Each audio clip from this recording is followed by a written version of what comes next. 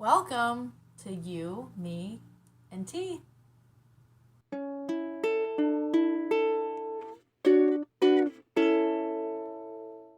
Well, it's been a minute, hasn't it? Yes, it has. Last time I filmed a You, Me, and T was September 2020, so it's been over a year. Listen, before we dive in, pay no attention to this zit. Don't pay attention to that. Don't pay attention to any of this. Pay attention to my hair that's just recently dyed green. It's so recently dyed, you can still see it on my ears. Yesterday was the day.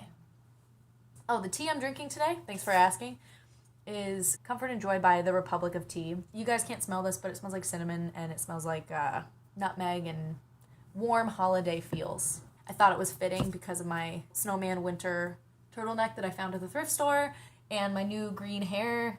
Wanted to, fit the theme. So welcome. It's been a really long time since I sat and had a chat and all that. So I wanted to do that and talk about my new album that I released. I want to do this in a kind of a low-key setting that feels more like me. It feels more like low-key. Can't stop speaking in rhymes, apparently. Oops, I did it again. I kind of want to talk about my album and explain the process, I guess. I have a fun fact about each song on the album. So if you haven't listened to it yet, there's a link down below to Spotify, Amazon, and Apple Music. But you can stream it on whatever streaming platform you desire. So if you haven't done that, get on it, because this video is going to make no sense if you don't do that first. It's weird jumping back into YouTube, right? And be like, hey, because it feels weird. It feels weird for me to talk to a camera. At the same time, it doesn't, but it does. I guess if you're a YouTuber, you'd understand. There's a lot of, pressure riding on this because I'm sitting and talking directly to you, whereas my other two videos that I posted on YouTube since I exited my hiatus, if you will, have been more performed. So this is like a real down-to-earth DTE kind of situation, and there's a lot riding on it, right? Because I want to make sure that I'm coming across authentic and being honest, but also the space I've taken away from YouTube has been really, really good for me, and I actually didn't miss it at all. Oops. Honestly, didn't miss it. Didn't miss posting weekly or however often I was posting. At one point it was weekly, and it was exhausting. YouTube was my full-time job for a year, and it was great to have that experience, but again, I don't think that I really need it. One YouTuber that I follow, I don't know if you guys are fans of hers at all, but her name's Haley Blaze. I've been following her for years, and she recently posted something about how she sucks at posting frequently, or as frequently as she used to, and she phrased it really well. Haley, I don't know if you're gonna watch this. I have no idea. I don't know you in person, but I've been a big fan of your work. She's also a musician. She has a really big following, and she was like, I'm not good at posting frequently. She's like, it's because I've realized that it's something I don't need anymore. It's just something that I want. So there's not a lot of motivation to post very often because it's not a necessity. So that's how I feel about YouTube also. She really put it well, I think. It's something that I don't need anymore. Even financially, it's not my full-time job anymore, so I don't need it. But also emotionally, I don't need it. Mentally, I don't need it. And I really learned from my hiatus that I took off of posting on YouTube. This has really given me a big perspective on the world of YouTube. And it turns out that I don't want to be a internet personality, and I don't want to be an influencer type person anymore. So it's also very freeing to come to terms with that and admit to myself that I don't need to be doing this. So, okay, I did want to talk about my album. Again, if you haven't listened to it, I'd probably just pause this video and have a full run through. There are 10 songs on it. During my 1-year hiatus, like I mentioned, I was really focusing on recording my album. My producer/engineer is a guy named Nick Batten, who I went to high school with. He's part of a band called Chill. You guys should check him out, definitely. I'm going to put the link down below. He's kind of more like a punk rock vibe, but he's also dipped a little bit into rap stuff. His band has performed with Jesse McCartney. He's worked with the guitarist from All American Rejects and a lot of really cool, well-known people. So it was cool when he reached out to me and he was like, hey, because the pandemic's happening, we can't really perform or do any shows on the road. So I'm getting really into producing, is what he told me. And I was like, cool, I'll bring like one or two of my songs to the studio and we can like work on them. He turned his basement into a studio, and he was just like kind of dipping his toes into the whole production side of music, you know, instead of the performing side of music. So it was cool that I was kind of like his guinea pig in that process. And it was like August of 2020 that we started. Fingertips was the first song that we worked on.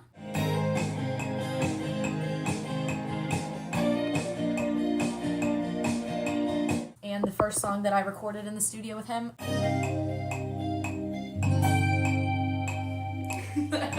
That's good. I did not expect to record an album. I really didn't. I just brought in like that song and I was like, we'll see how this goes. Maybe we don't work well together. Maybe we do. We're gonna find out.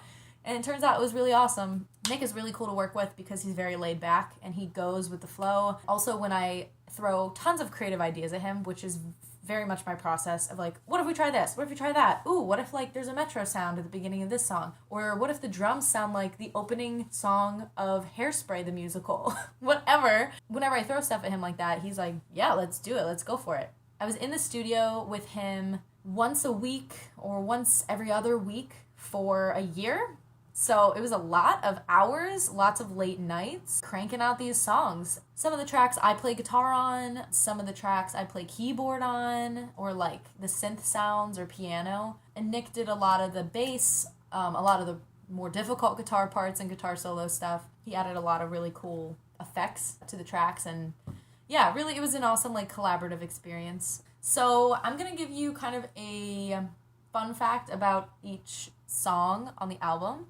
We're going to start in chronological order. So track 1 is Eastern Standard Time. You can call me on Eastern Standard Time. Eastern Standard Time I wrote November of 2020. I got my like songwriting book and I wrote it about a breakup that I had of a long distance relationship. I mean, this was much later after the breakup. It was years later, but I wanted to write a song that had a lot of like metaphorical stuff about traveling, which, cause that's my life. We kissed goodbye in Departure Lounge 3, and your heart's still on my sleeve. Your heart's still on my sleeve. I'll look for you on my in-flight movie screen in between the pages of Sky Mall magazine. Like, I wanted to put a lot of metaphor about traveling and airports and airplane travel. And a breakup is like the perfect thing to talk about that, because you're like flying away, you know, you're flying away from the relationship and whatever.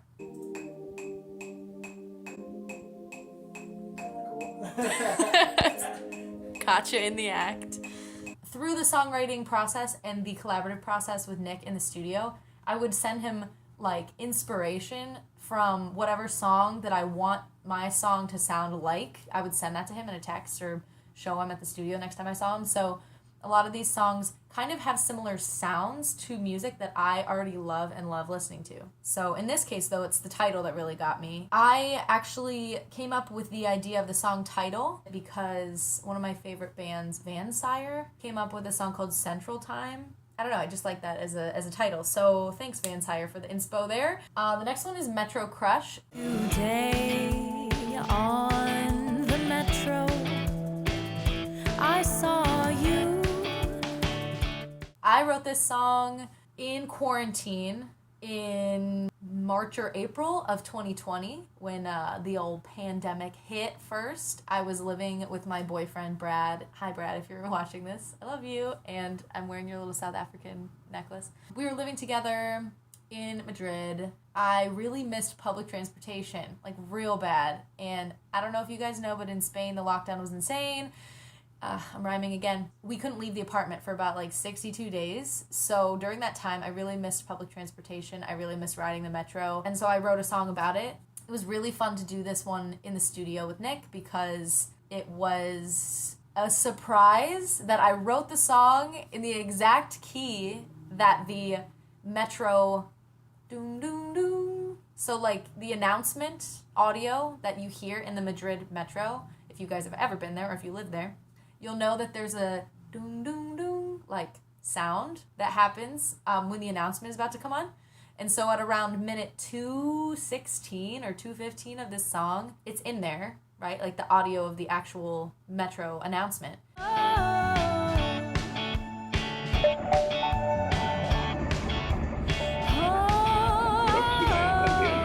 But I wrote the song on accident in the exact same key as that, so we didn't even have to change it, which was kind of a funny little surprise, especially because I hadn't heard, when I wrote this song, I was in quarantine, so I hadn't heard the Metro sound in a long time, and I just happened to write it in the key of D, which is exactly, the same thing. All right, Mi Cafecito. This song is really fun, and it was very hard to write because it's the first song I ever wrote in Spanish. Mi cafecito, amorcito, me molas mucho, ya lo sabes porque lo he escrito. I have a couple fun facts about this one, I guess. One is Nolan Miller, shout out. He played trumpet on this track, and it turned out really well. He's only like 16 or 17 years old. He's one of my really good friend's younger brother, and I asked him to come in and play trumpet on the track, and he came so prepared to the studio. He knew all the part. It took maybe 3 takes.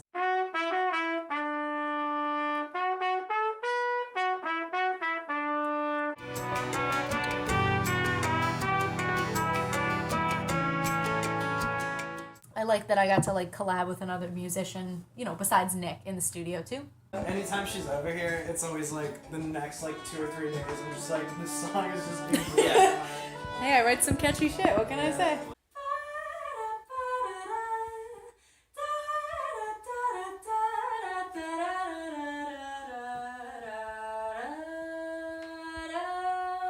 Fucked you up there. That's okay. I didn't know how long we were supposed to go for. That fade, I just It's forever. Oh yeah. Yeah. We can always repeat that. You know what I mean? Oh, I mean. Paste. I want maracas. We can do that. Can we? Just a couple of studio nerds. Studio nerds. Also, another fun fact is I was really nervous that my Spanish was not correct. So I sent the lyrics to my friend Jesus. Hi, Jesus. Who I met in Madrid. He's Spanish, and I sent him the lyrics before I recorded it, just to make sure that they were grammatically correct. I'm very happy with this song. It was a really fun challenge for me to write in Spanish, and maybe I'll write more songs in Spanish in the future. Who knows? People Pleaser is one of the last songs that I wrote. You're a people pleaser. An empty shell until someone needs her. Lyrically, I wanted to shout out to my mom because when I was growing up, she always taught us that you shouldn't pick up other people's bags of shit, which means you shouldn't take responsibility for other people's baggage or emotions. So I put that line in the song.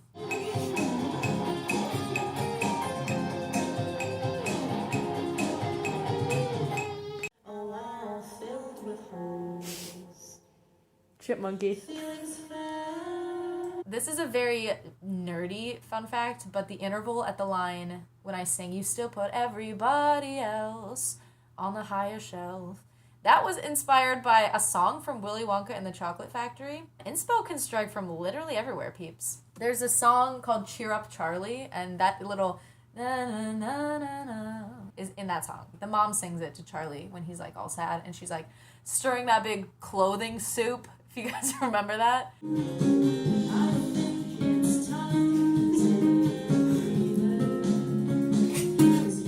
Next song is gonna be Sad Boy Hours. It's track number 5. This song I wrote and released on YouTube actually in February of 2020. And I'm spending sad boy hours in my room at 1:30 when I should be asleep.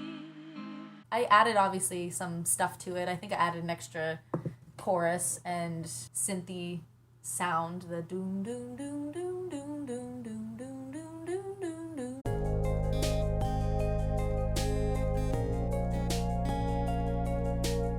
The kettle whistle at the beginning of that song is a real kettle whistle. My dad and my stepmom Leslie recorded that for me. I was going to the studio the next day and I was I need a kettle whistle sound and I don't have time to go out and buy an actual kettle that whistles. So I was can you please send me an audio? So they sent me one on WhatsApp, and that's the one that we used.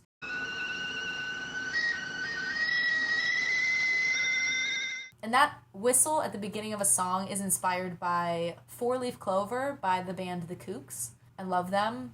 Such a great British band. I guess you guys are gonna notice that, like, I listen to a lot of British music, but what's new, right? Their song begins with a kettle whistle blowing, so I thought it'd be appropriate for this one. I was like, I'll take that idea. I like it. That's, like, all the fun facts that I have about this album. Thanks for sticking around with this video. I know it's super long. Thank you for putting your time into listening to what I worked really hard on for the past year. Eastern Standard Time and Sad Boy Hours were the two singles I released before I released the full album. So thank you so much for streaming those. Thank you for streaming the album itself, Working on Myself. Again, if you haven't, or if you want to listen again, now that you know the fun facts about all the songs, the links are down below. I also wanted to shout out to Daniel Szadny. He mixed and mastered all these tracks. I've never met him in person. He lives in Michigan. And I sent him the tracks, and we did a lot of emails back and forth, and I appreciate his patience with all of my adjustments the entire time. But yeah, he's really cool to work with, super dope, knows what he's doing. So if you are a musician or you know somebody who needs their stuff mixed and mastered, please contact him. I'll leave his information in the description too.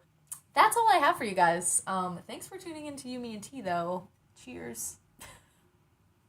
Enjoy the holiday season, you know? Bye.